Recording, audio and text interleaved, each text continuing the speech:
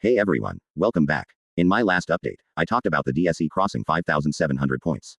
But here's the bigger question: is this rally just a flash in the pan, or can it actually last? The answer lies in a wave of reforms that are shaking up Bangladesh's entire capital market. The new BSEC leadership and smart regulation.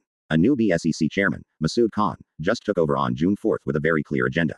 His philosophy is called smart regulation, which means cutting unnecessary red tape for companies while getting much tougher on market abuse. He's promised no more artificial floor prices, and instead, a zero-tolerance policy against insider trading and pump-and-dump schemes. They're setting up a real-time digital surveillance system to catch manipulators in real time. Plus, the regulator is shifting from a frontier market mentality to an emerging market one, meaning they want more institutional investors and foreign money to come in. Digital overhaul and T+0 settlement. A massive part of this plan is digitization. The IPO process, right now, takes years. The new goal is to make it fully online, time-bound, and much faster. The same goes for everything else. Company disclosures, license renewals, all of it will be digital. And here's a big one. The settlement cycle is being reduced from T+2 to T+0, same-day settlement. That means faster, safer, and more efficient trading. These are the kinds of upgrades that make a market attractive to big global players. Tax reforms and incentives for companies. The finance bill just passed on June 29th brought some serious tax changes to back this up. For individual investors, the tax on dividends is now a flat 15%, and it's a final tax, so no extra surprises at the end of the year. For companies, there's a new tiered system. They can get up to a 7.5% tax cut just by listing on the stock exchange. They've even removed the old requirement to offload 10% of shares to qualify for that benefit. The message is clear. The government is making it very attractive for quality companies to go public. Cleaning up the market delisting. To build long-term confidence, you also need to clean out the bad actors. The DSE is moving to make delisting of non-performing companies compulsory, not optional. If a company doesn't submit audited financials, or has negative net worth, or is just sitting idle, they'll be forced off the main board. This is a tough move, but it's necessary to protect investors and keep the market's reputation intact.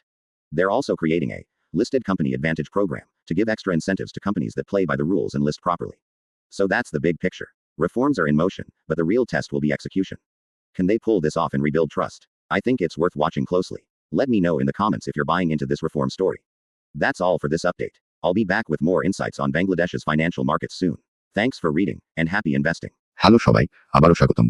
আগের আপডেটে আমি DSE 5,700 point অতিক্রম করার কথা বলেছি। কিন্তু বড় প্রশ্ন হলো, এই র্যালি কি ক্ষণিকের আনন্দ, নাকি এটি টেকসই হতে পারে?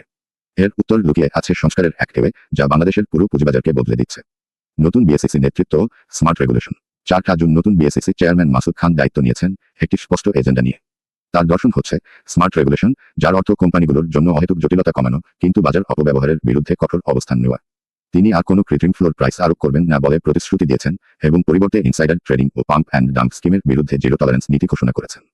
তারা রিয়েল টাইম ডিজিটাল নজরদারি ব্যবস্থা স্থাপন করছে, যাতে কারসাজিকারীরা সঙ্গে সঙ্গেই ধরা পড়ে। এছাড়া নিয়ন্ত্রক সংস্থা ফ্রন্টিয়ার মার্কেট থেকে ইমার্জিং মার্কেট এর রূপান্তরের লক্ষ্য নিয়েছে, অর্থাৎ তারা আরও প্রাতিষ্ঠানিক বিনিয়োগকারী ও বিদেশি অর্থ প্রবাহ চায়। ডিজিটাল রূপান্তর ও T+0 নিষ্পত্তি। এই পরিকল্পনার একটি বড় অংশ হল ডিজিটালাইজেশন। বর্তমানে আইপিও প্রক্রিয়া শেষ হতে বছর লেগে যায়। নতুন লক্ষ্য হল এটি সম্পূর্ণ অনলাইন, সময়বদ্ধ এবং অনেক দ্রুত করা। কোম্পানির তথ্য প্রকাশ, লাইসেন্স নবায়ন, সবকিছুই ডিজিটাল করা হবে। আর একটি বড় ঘোষণা হল নিষ্পত্তি চক্র T+2 থেকে T+0 তে নামিয়ে আনা, একই দিনে লেনদেন চূড়ান্ত করা। এর অর্থ দ্রুত, নিরাপদ এবং আরও দক্ষ লেনদেন। এ ধরনের আধুনিকায়ন বিশ্বের বড় বিনিয়োগকারীদের আকৃষ্ট করতে সহায়ক হবে। কর সংস্কার ও কোম্পানিগুলোর জন্য প্রণোদনা। 29 জুন পাস হওয়া অর্থ বিল এই উদ্যোগকে সমর্থন করার জন্য গুরুত্বপূর্ণ কর পরিবর্তন এনেছে। স্বতন্ত্র বিনিয়োগকারীদের জন্য লভ্যাংশের উপর কর এখন সমতল 15%, এবং এটি চূড়ান্ত কর। বছরের শেষে আর কোনো অতিরিক্ত কর দিতে হবে না। কোম্পানিগুলোর জন্য একটি নতুন স্তরভিত্তিক ব্যবস্থা চালু হয়েছে। শেয়ার বাজারে তালিকাভুক্ত হলেই তারা 7.5% পর্যন্ত কর ছাড় পেতে পারে। এই সুবিধা পেতে 10% শেয়ার ছাড়ের পুরনো বাধ্যবাধকতাও তুলে দেওয়া হয়েছে। বার্তাটি পরিষ্কার: মানসম্পন্ন কোম্পানিগুলোকে পাবলিক হতে উৎসাহিত করছে সরকার। বাজার পরিষ্কার করা, ডেলিস্টিং। দীর্ঘমেয়াদী আস্থা গড়তে খারাপ প্রতিষ্ঠানগুলোকে বের করে দিতে হবে। ডিএসই অসক্রিয় কোম্পানিগুলোকে বাধ্যতামূলকভাবে ডেলিস্ট করার উদ্যোগ নিয়েছে, যা আগে উইথশিট ছিল। কোনো কোম্পানি যদি নিরীক্ষিত আর্থিক প্রতিবেদন জমা না দেয়, বা তার নেট ওয়ার্থ নেতিবাচক হয়, অথবা নিষ্ক্রিয় থাকে, তাহলে তারা মূল বোর্ড থেকে বাদ পড়বে। এটি কঠোর পদক্ষেপ, কিন্তু বিনিয়োগকারীদের সুরক্ষা ও বাজারের সুনাম বজায় রাখতে এটি প্রয়োজনীয়।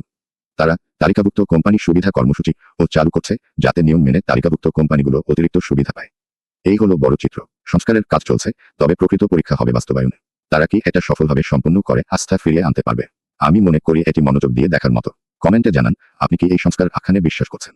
আজকে এই আপডেট পর্যন্ত এখানেই শেষ। বাংলাদেশের আর্থিক বাজার নিয়ে আরও নতুন নতুন বিশ্লেষণ নিয়ে খুব শীঘ্রই আবারও ফিরে আসব। পড়ার জন্য ধন্যবাদ। শুভ বিনিয়োগ।